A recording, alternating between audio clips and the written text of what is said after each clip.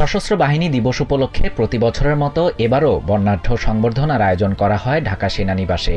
সেনাকুঞ্জের এই আনুষ্ঠানিকতায় বিকেল 4টার পর যোগ দেন প্রধান উপদেষ্টা ড. মোহাম্মদ ইউনূস। প্রতিরক্ষা বাহিনীতে কর্মরত এবং অবসরে যাওয়া কর্মকর্তাদের বর্ণিল এই মিলন মেলায় উপস্থিত হয়েছিলেন বিএনপি চেয়ারপারসন খালেদা জিয়া সহ বিভিন্ন রাজনৈতিক দলের সদস্যরা। এক যুগ পর সেনাকুঞ্জে গেলেন খালেদা জিয়া। 6 বছর পর প্রকাশ্যে কোনো অনুষ্ঠানে দেখা গেল তাকে। এ সময় সংবর্ধনায় আনুষ্ঠানিক ভাষণ দেন প্রধান উপদেষ্টা। খালেদা জিয়ার উপস্থিতিকেও স্বাগত জানান তিনি। আজ আমরা বিশেষভাবে সৌভাগ্যবান এবং সম্মানিত যে বাংলাদেশের 3 বারের নির্বাচিত প্রধানমন্ত্রী বীর মুক্তিযোদ্ধা শহীদ রাষ্ট্রপতি জিয়াউর রহমানের স্ত্রী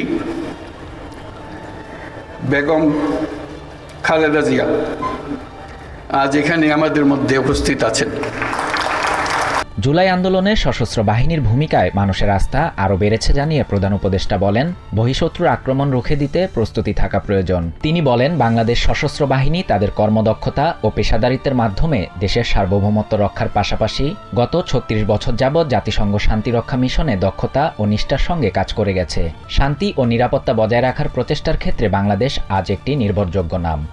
এর আগে সকালে শিখা অনির্বাণে শ্রদ্ধা জানান রাষ্ট্রপতি মোহাম্মদ শাহাবুদ্দিন। পরে শ্রদ্ধা নিবেদন করেন প্রধান উপদেষ্টা ড. মোহাম্মদ ইউনূস। এ সময় 3 বাহিনীর একটি চৌকস দল গার্ড অব অনার প্রদান করেন। পরে ঢাকা সেনানিবাসের আর্মি মাল্টিপারপাস হলে খেতাবপ্রাপ্ত মুক্তিযোদ্ধা ও তাদের উত্তরসূরিদের সংবর্ধনা অনুষ্ঠানে যোগ দেন প্রধান উপদেষ্টা। তিনি বলেন, বীর মুক্তিযোদ্ধারাই দেশের শ্রেষ্ঠ সন্তান। নতুন বাংলাদেশে মতভেদ থাকলেও কেউ কারো শত্রু হবে না, এমন চেষ্টাই সরকারের। ড. ইউনূস জানান, আগামীর বাংলাদেশ গড়তে সমতার ভিত্তিতে বন্ধুত্ব বজায় রাখা হবে সব রাষ্ট্রের সঙ্গে। শাহরিয়ার শাফাত, TVN 24 news desk. New York থেকে সম্প্রচারিত TVN 24 টেলিভিশন বিশ্বজুড়ে বাঙালির কণ্ঠস্বর।